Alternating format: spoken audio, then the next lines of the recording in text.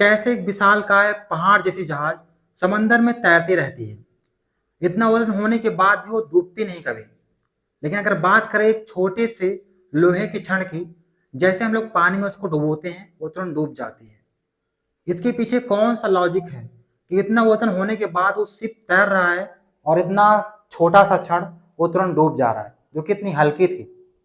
तो चलिए बात करते हैं आज उस फैक्ट के बारे में, उस लॉजिक के बारे में जिसके पीछे लग रहा है। तो ये है हमारे आर्किमिडीज जी। ये एक बार टब में नहाने के लिए जाते हैं और जैसे अपनी बॉडी को टब में लेके जाते हैं, पानी में इनकी जो बॉडी होती है वो थोड़ी सी ऊपर उठ जाती है जब ये टिल्ट होते हैं। और वहीं पे उन्होंने एक वर्ड बोला, यूरेका। यूरेका एक ग्रीन वर्ड है जिसका नाम होता है, जिसका मीनिंग होता है आई फाउंड इट।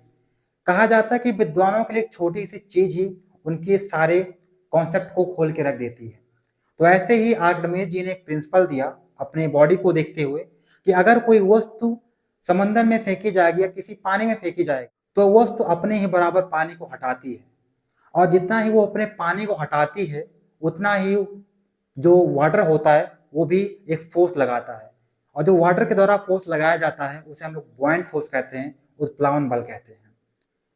तो हमारी जो शिप होती है उसका जो शेप होता है बहुत स्मार्ट शेप होता है। इट मीन्स अपने वजन से भी ज्यादा ये पानी को हटाती रहती है।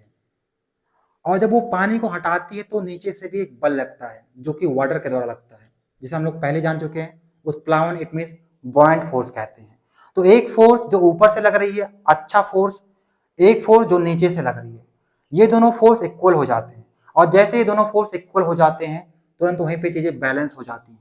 और जैसे बैलेंस होती है वो नाव समंदर में तैरने लगती है। अगर बात करें छोटे से क्षण की तो उसका जो शेप होता है उतना स्मार्ट नहीं होता है। और जब उसका शेप अच्छा नहीं होता है तो उत्प्लावन बल के बराबर नहीं होता है। इट मीन्स बॉयंट फोर्स के बराबर नहीं होता है। और जैसे बॉयंट फोर्स ज्यादा होता है पानी उसको नीचे खींच लेती है। बॉयंट फोर्स इट मीन्स जो वाटर के द्वारा बल लगाया जा रहा है, इट मीन्स उसका बल ज्यादा हो गया क्योंकि वो अपने बराबर पानी को नहीं हटा पाया क्षण। तो हमने देखा कि कैसे शिप तैर रही है और कैसे क्षण डूब जा रहा है। तो इसका मतलब ये निकल के आता है कि ये डिपेंड नहीं करता कि कौन सा वस्तु कितना भारी होगा, वो डूब जाएगा या फिर तैरेगा। डिपेंड ये करता है कि उस वस्तु का शेप कैसा है। क्या वो वस्तु अपने बराबर पानी को हटा पा रहा है? क्या वो वस्तु उत्प्लावन बल के इट मीन्स बॉयंट फोर्स के बराबर हो पा रहा है?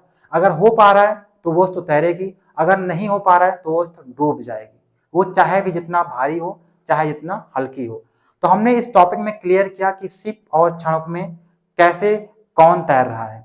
अब बात करते हैं अगले के नेक्स्ट टॉपिक के लिए और नेक्स्ट इंटरेस्टिंग फैक्ट के लिए। तब तक के लिए आपको बाय।